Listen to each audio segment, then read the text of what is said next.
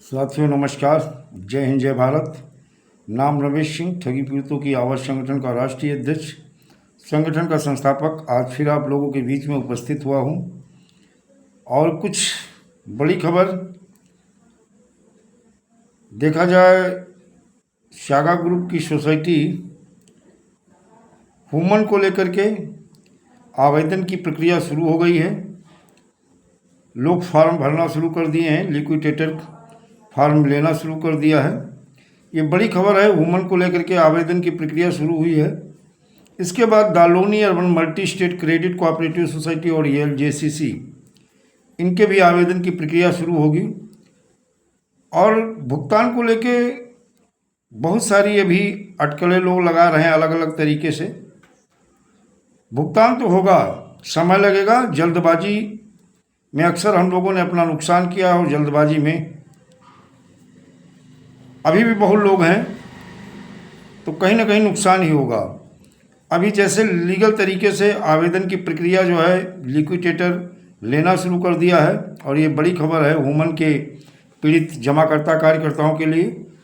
और अपने अपने आवेदन की तैयारी कर लो और लिक्विडेटर आपके आवेदन लेगा और विधि सम्मत तरीके से हर पीड़ित जमाकर्ता का भुगतान सुनिश्चित कराएगा।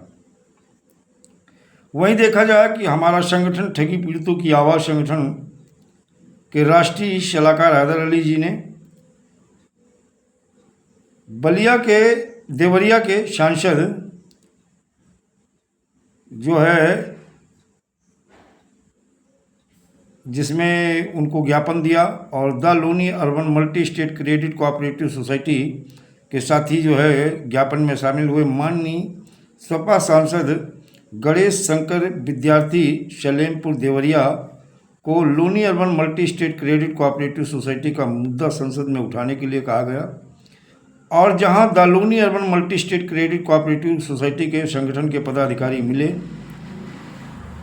देखा जाए उसमें हमारे जिला प्रभारी, संगठन के जिला प्रभारी उमेश तिवारी एवं अन्य लोग भी वहाँ शामिल रहे। जिला अध्यक्ष हमारे अजीत मौर्य जी थे, राष्ट्रीय सलाहकार हैदर अली जी, अन्य भी पदाधिकारी वहाँ शामिल रहे। और जो विद्यार्थी सर हैं, उन्होंने सांसद जी ने आश्वासन दिया कि हम सागा ग्रुप की जो सोसाइटियाँ हैं उनके मुद्दे को भी हम संसद में उठाएंगे और विधि सम्मत तरीके से हम भुगतान, आप लोगों के भुगतान को लेकर के पत्र भी लिखेंगे, जिससे आप लोगों की पीड़ा, जो आपका भुगतान है वो सुनिश्चित हो सके।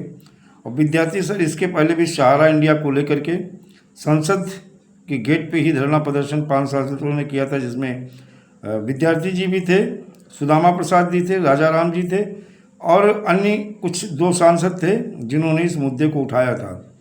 वही दोस्तों देखा जाए, PSL इंडिया से कुछ जुड़ी शिकायतों पर तुरंत जांच व कार्रवाई करने के दिए आदेश। ये जो है PSL इंडिया से जुड़े गबन मामले में ADCP क्राइम की ओर से प्रदेश के विभिन्न जिलों में KSP व पुलिस उपायुक्तों को निर्देश दिया गया है कि भविष्य में PSL से जुड़े कोई भी शिकायत मिले तो उस पर तुरंत केस दर्ज कर जांच की जाए। अब तक PSL कंपनी से जुड़ी 4 नई शिकायतों की जांच पूरी हो गई है। जांच में आरोप सही पाए गए हैं। अब आरोपियों पर केस दर्ज करने की सिफारिश भी की गई है।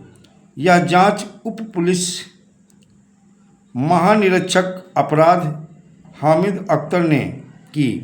उन्हें CBI से समन्वय के लिए नोडल अधिकारी नियुक्त किया गया था।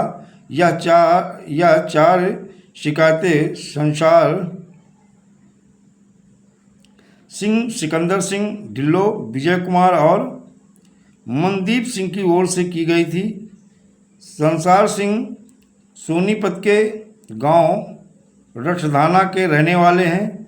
सिकंदर सिंह ढिल्लो BSF से रिटायर्ड कमांडर हैं जो रोपड़ पंजाब से में रहते हैं। विजय कुमार झज्जर के गांव लडरावन से हैं। Mandeep Singh Kajal Pearls group investor welfare trust से जुड़े हुए हैं। इन शिकायतों की जांच की विस्तृत रिपोर्ट अब पुलिस मुख्यालय को भेज दी गई है। रिपोर्ट में कहा गया है कि यदि इन शिकायतों पर पहले से ही केस दर्ज नहीं है तो नए केस दर्ज कर जांच शुरू की जाए। अगर पहले से केस दर्ज है तो इन्हीं उसी केस फाइल में जोड़ा जाए। पीएसएल ग्रुप के खिलाफ पहले ही सिरसा में 7, गुरुग्राम में 2, पंचकुला में 1, पानीपत में 5 और हिसार में 1 केस दर्ज है। इस बारे में pulse investor welfare trust Q chairman Mandeep Kajla ने कहा कि इन मामलों में पुलिस की गंभीरता से लोग उम्मीद जगने लगी है। ये पीएसएल इंडिया को लेकर खबर है। वहीं देखा जाए अन्य भी चिटफंड कंपनी और क्रेडिट कोऑपरेटिव सोसाइटी को लेकर के आज भी कई राज्यों में कई प्रकार के उठापटक रहे, जिसमें सागा ग्रुप की दालोनी urban multi state credit cooperative society के अभिकर्ता काफ़ी परेशान। वैसे देखा जाए कि आज हमारी जो बातचीत हुई कई थानों में थाना अध्यक्षों से भी हुई। कई अभिकर्ताओं की अपनी पीड़ा थी, निवेशकों का अपना दर्द, क्योंकि उन्होंने पैसा इन्वेस्टमेंट किया। वहीं देखा जाए गुजरात से भी हमारे पास कई कॉलें आई शरणेश्वर क्रेडिट कोऑपरेटिव सोसाइटी को लेकर के। बल्कि सागा ग्रुप की चाहे वो विश्वास हो, चाहे श्री विवेकानंद हो, चाहे यशोदीप हो, एलजेसीसी हो, एलयूसीसी हो, हुमन हो, इन सारे सागा ग्रुप की जो सोसाइटियाँ हैं इनके पीड़ित कार्यकर्ता जमाकर्ता लगातार संपर्क साधते रहे और कैसे भुगतान होगा इसको लेकर के इनके निवेशक भी लगातार कॉल कर रहे हैं। वहीं देखा जाए अभी हुमन के आवेदन की प्रक्रिया शुरू हुई है। दालोनी को लेकर के भी अब काफ़ी लोग उत्सुक हो रहे हैं कि सर इसका कब से शुरू होगा। हम दिल्ली जाएंगे, दिल्ली में बातचीत करके सेंट्रल रजिस्ट्रार और उसके बाद हुमन के लिक्विडेटर, एलजेसीसी के लिक्विडेटर, इनसे मुलाकात करने के बाद में फिर हम मेरठ में संजीव कुमार राय जी से मिलेंगे और इनसे भी हम अनुरोध करेंगे। बल्कि आज हमने केंद्रीय समितियों के रजिस्ट्रार रविंद्र अग्रवाल जी को एक पत्र लिखा है और उस पत्र के माध्यम से मैंने उन्हें आगाह भी किया है और भुगतान को लेकर के जो 3 मार्च को उन्होंने आदेश दिया था उस पर अभी तक न तो केंद्रीय रजिस्ट्रार और न लिक्विडेटर संजीव कुमार राय जी ने अभी किसी प्रकार की आवेदन की प्रक्रिया या कोई कार्रवाई या कोई प्रेस विज्ञप्ति अभी तक दी है कि आवेदन कब से शुरू होंगे और किस तरह से पीड़ित जमाकर्ताओं का भुगतान होगा। उन चीज़ों को आज मैंने अपने पत्र के माध्यम से सेंट्रल रजिस्ट्रार को भेजा है और इसी के साथ में जो मैंने आरटीआई लगाई थी उसका जवाब भी आया था। सागा ग्रुप की 7 सोसाइटियों को लेकर के था। आज हम हाई कोर्ट के अधिवक्ता जो हमारे संगठन के लीगल एडवाइज़र भी हैं उनको सारे डॉक्यूमेंट्स उपलब्ध करा दिए, क्योंकि हमारी जो पीआईएल की तैयारी चल रही जनहित याचिका की, जो स्वेच्छा से हमारी याचिका में शामिल होना चाहता है वेलकम, स्वागत है। और जो लोग नहीं शामिल होना चाहते हैं कोई बात नहीं है, उसके लिए कोई ज़बरदस्ती नहीं है। अपनी अपनी सोच, अपना अपना तरीका और अपने अपने तरीके से लोग क्या करेंगे वो उनकी मर्जी है। लेकिन जो हमारे संगठन से जुड़े हुए लोग हैं, पीड़ित हैं, निवेशक हो या विक्रेता, उन सभी के भुगतान को लेके, उनकी समस्या को लेकर के हमारा संगठन उनके साथ खड़ा है। उनके भुगतान को लेकर के हर संभव प्रयास करेगा और उनका भुगतान सुनिश्चित कराएगा। और कोर्ट से लेकर रोड तक, रोड से लेकर संसद तक ठगों के सर्वनाश के लिए, उन्हें जमींदोज करने के लिए हमारा संगठन प्रतिबद्ध है।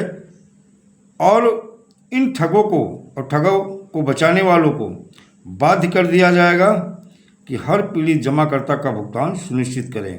अभी भी बहुत सारे ग्रुपों में देख रहे हैं जूनियर सीनियर की लड़ाई चल रही है। ये इतनी जल्दी बंद होने वाली नहीं है। ज़्यादा ऐसे लोगों के चक्कर में मत पड़िए आप लोग।